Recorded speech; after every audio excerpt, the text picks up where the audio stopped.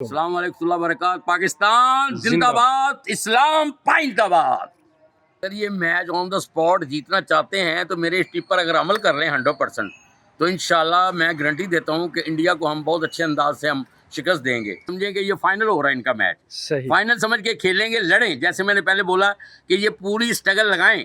और रिजवान साहब को अपनी कैप्टनी को भूलकर अपनी इनिंग्स पर ध्यान देना चाहिए। गेंद निकालें, अगर अंदर लानी है तो बिल्कुल वाइड बार से टिप्पा लगा के अंदर लाएं और ऑफ स्टंप पे 6 बिल्डर लेकर पैक करके एक डीप खिलाएं। डीप अपना एक्स्ट्रा और अंडर प्रेशर ऑलरेडी है इंडिया, लेकिन बिस्मिल्लाहिर्रहमानिर्रहीम, अस्सलाम वालेकुम। मैं हूं वकील खालिद और आप देख रहे हैं मेरा यूट्यूब चैनल। और आज एक बार फिर क्रिकेट की बात होगी और मेरे साथ मौजूद है इंटरनेशनल एक्स्ट्राऑर्डिनरी कोच अब्दुर्रऊफ साहब। और अब्दुर्रऊफ साहब से जानते हैं कि जो पाक भारत टाकरा होने जा रहा है दुबई में चैंपियन ट्रॉफी का, उसके बारे में उनकी क्या राय है। और वीडियो को एंड तक ज़रूर देखिएगा, वीडियो बहुत मज़ेदार होने वाली है क्योंकि आज होगी खुल के बातें और अब्दुर्रऊफ साहब बताएंगे कि किस तरह इंडिया से पाकिस्तान को जीतना चाहिए और क्या टिप्स हैं उनके पास। ये सारी बातें जानते हैं, तो आइए उनसे बात करते हैं। जी अस्सलाम वालेकुम। वालेकुम सलाम सर, कैसे हैं आप? ठीक ठाक हैं? अल्हम्दुलिल्लाह। सर, बहुत शुक्रिया, आपने दोबारा से एक बार फिर टाइम दिया और आज बहुत प्यारे लग रहे हैं ब्लू शर्ट में।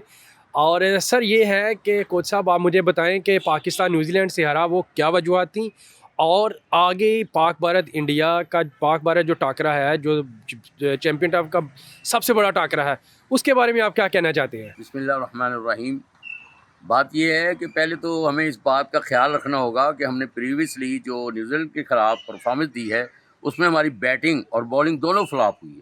सही। इतने ज़बरदस्त हमारे पास बॉलर और बैट्समैन जो कि अपनी कारकर्दगी ना दिखाने की वजह से फ्लॉप हो गए हैं। सही। और उनमें सबसे बड़ी बात फिर मैं वही कहूँगा कि कोचिंग का जो है ना फुकतान है, कोचिंग सही नहीं मिल रही। आप सही। कहेंगे कि हर बार अब्दुर्रऊफ साहब आप कोचिंग पे हिट करते हैं।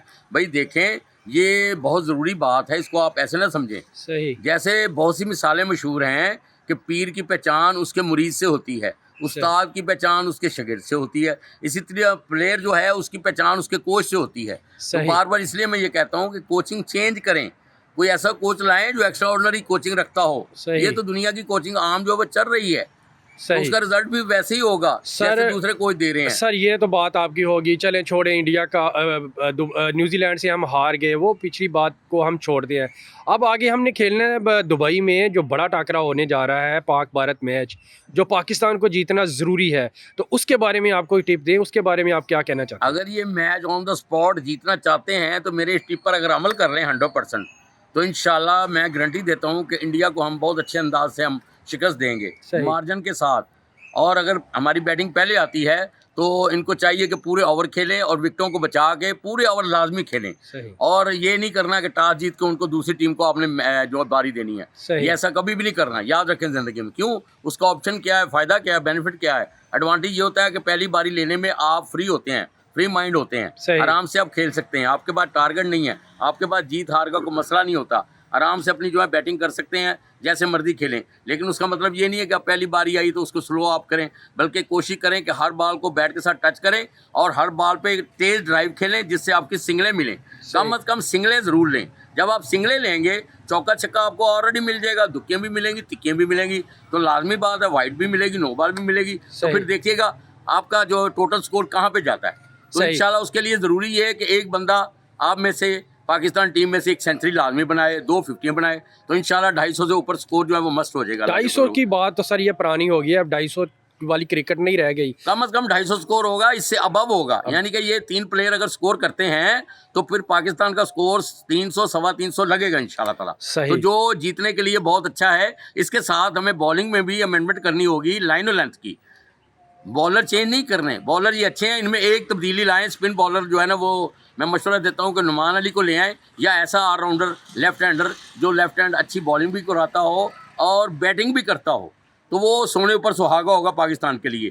तो लाइन और लेंथ, बॉलर स्पिन है या फास्ट हैं, उनको चाहिए कि ऑफ स्टंप पर अटैक करें और ऑफ स्टंप से बाहर निकालें गेंदों को। और जो ऑफ स्टंप है इनके लिए डेंजरस जो एरिया होगा, ऑफ स्टंप से बाहर सारी गेंदें निकालें और ऑफ स्टंप पर 6 फील्डर लें, 3 जो है वो लेग पर लें, तो इंशाल्लाह फिर देखिए क्या बनता है, उससे स्कोर भी रुकेगा। अब मैं फील्डिंग अगर आप कहते हैं तो मैं वो भी बता देता हूँ इनके नॉलेज के लिए। सर एक बात, अब बात इधर आते हैं कि कहा जा रहा है कि ये डू एंड डाई मैच है, ये सेमीफाइनल से पहले सेमीफाइनल है। अगर ये पाकिस्तान हार जाता है इंडिया से तो पाकिस्तान बाहर हो जाता है, तो कितना ज़रूरी है ये पाकिस्तान को इंडिया से जीतना? भाई ये इतना ही ज़रूरी है कि ये समझें कि ये फाइनल हो रहा है इनका मैच, सही फाइनल समझ के खेलेंगे, लड़ें। जैसे मैंने पहले बोला कि ये पूरी स्ट्रगल लगाएं, और जो मैंने अभी टिप बताए हैं बैटिंग के हवाले से, उसमें जो है बाबर आजम जो है वो अभी फ्लॉप नहीं हो रहा, माशाल्लाह अच्छा स्कोर किया, लेकिन उसको मैं चाहता हूँ नीचे लेकर आएँ। तो सर जैसा कि आपने देखा कि फ़खर जमान की इंजरी होगी और उनकी जगह इमामुल हक जो टीम में एंटर हुए हैं, तो उनके बारे में आप कहेंगे, फ़खर के बारे में क्या कहेंगे? अब ये बैड लक है, फ़खर उसका अपना हमारे ओपनर, तो उसकी जगह इमाम आए हैं, उसके लिए लकी चांस है। मैं कहता हूँ उसे अवेल करना चाहिए और विकेट पे स्टे करे और स्कोर बनाए और अपनी इनिंग्स से शो करे कि मैं ऐसी इनिंग्स खेलूं कि टीम में से दोबारा ना निकलूं। ये उसके लिए और मौका ये ज़रूरी भी है और इंडिया के खिलाफ बहुत ज़रूरी है। अगर ओपनिंग स्टार्ट हमारा जो है वो 125-150 स्टार्ट देता है, विकेट स्टॉप करता है, रोकता है, तो मैं समझता हूँ फिर 350 स्कोर पक्का होगा इंशाल्लाह। तो इसके लिए ये ज़रूरी है कि ये पाकिस्तान के लिए बहुत अहम मैच है। अगर ये हार जाता है तो फिर कोई चांस नहीं है आगे मजीद इसका क्वार्टर फाइनल सेमीफाइनल के लिए, तो वो फिर अपने घर की तैयारी करे बस। सही, ज़बरदस्त हो गया सर, बहुत शुक्रिया, आपने अच्छी टिप दी और फ़खर जमान को के मुतबादल इमामुल हक साहब को भी आपने अच्छी नेक तमन्नाएं हमारी उनके साथ। और एंड पे शॉर्ट अल्फाज में रिजवान साहब के लिए, आप कैप्टन साहब के लिए कोई एक जुमला बताएं। रिजवान साहब को अपनी कैप्टनी को भूलकर अपनी इनिंग्स पर ध्यान देना चाहिए, सबसे पहली बात यह है। उसके ऊपर बहुत प्रेशर है, एक कप्तानी का, एक बैटिंग का, फिर जीतने का, 3 बातें हैं। तो तीनों में से मैं चाहूँगा कि उनको अपने दिमाग से ना कप्तानी निकाल कर एज ए प्लेयर बैट्समैन के हैसियत से उसे अपनी परफॉर्मेंस देनी चाहिए, तो इंशाल्लाह वो कारकर्दगी दिखाएगा। अगर सेंचुरी या 50 से ऊपर स्कोर कर जाता है तो बहुत ज़बरदस्त स्कोर होगा। और बॉलरों के लिए भी मेरे थोड़े से टिप्स हैं, अपना अफरीदी के लिए और अपना नसीम शाह साहब के लिए, कि वो अपनी लाइन और लेंथ को इतने ज़बरदस्त, पूरी दुनिया में इस वक्त नंबर 1 बॉलर जा रहे हैं हमारे पाकिस्तान के, लेकिन कारकर्दगी नहीं दिखा रहे। कारकर्दगी क्यों नहीं दिखा रहे? कि लाइन और लेंथ नहीं है। अब अफरीदी साहब और नसीम शाह साहब को चाहिए कि वो ऑफ स्टंप पे अटैक करें, ऑफ स्टंप से बाहर गेंद निकालें। अगर अंदर लानी है तो बिल्कुल वाइड बार से टिप्पा लगा के अंदर लाएं और ऑफ स्टंप पे 6 फील्डर लेकर पैक करके एक डीप खिलाएं, डीप अपना एक्स्ट्रा कवर पर, और डीप जो है वो थर्ड मैन पे रखें। इस तरह 2 फील्डर जो हैं इनके बाहर होंगे, बाकी इधर से स्क्वायर लेग और मिड विकेट शॉर्ट रखें और अपना मिड ऑन जो है वो शॉर्ट रखें। तो वो समझे सिक्योरिटी के लिए आपने 3 रखे हैं, लेकिन जब अटैक आपका ऑफ स्टंप पे होगा तो मैं नहीं समझता कि वो इधर शॉट लगाएंगे। अगर वो अंदर से मारते हैं तो ये 3 प्लेयर जो खड़े हैं इंशाल्लाह इनके पास कैच आएंगे। और अंडर प्रेशर ऑलरेडी है इंडिया, लेकिन अब उसका प्रेशर इसलिए टूट गया है एक मैच पाकिस्तान का हारने की वजह से, वरना हमारा प्रेशर दुबई में उनके लिए बहुत ज़बरदस्त था। अभी भी ये कोशिश करें तो अपने प्रेशर को बरकरार रख सकते हैं और अपनी ये कारकर्दगी दिखाएं, तो मैच जीतने के पाकिस्तान के चांस बहुत ज़्यादा हैं। इंशाल्लाह हम मैच जीतेंगे। तो ये सर लास्ट में एक बाबर आजम के लिए भी एक टिप हो जाए। हाँ, बाबर आजम के लिए बहुत से अच्छी बात मैं ये समझता हूँ कि जिस तरह वो थोड़ा फ्लॉप जा रहे हैं, लेकिन उन्होंने न्यूजीलैंड के खिलाफ अच्छा स्कोर किया है, लेकिन वो डर डर के खेले हैं।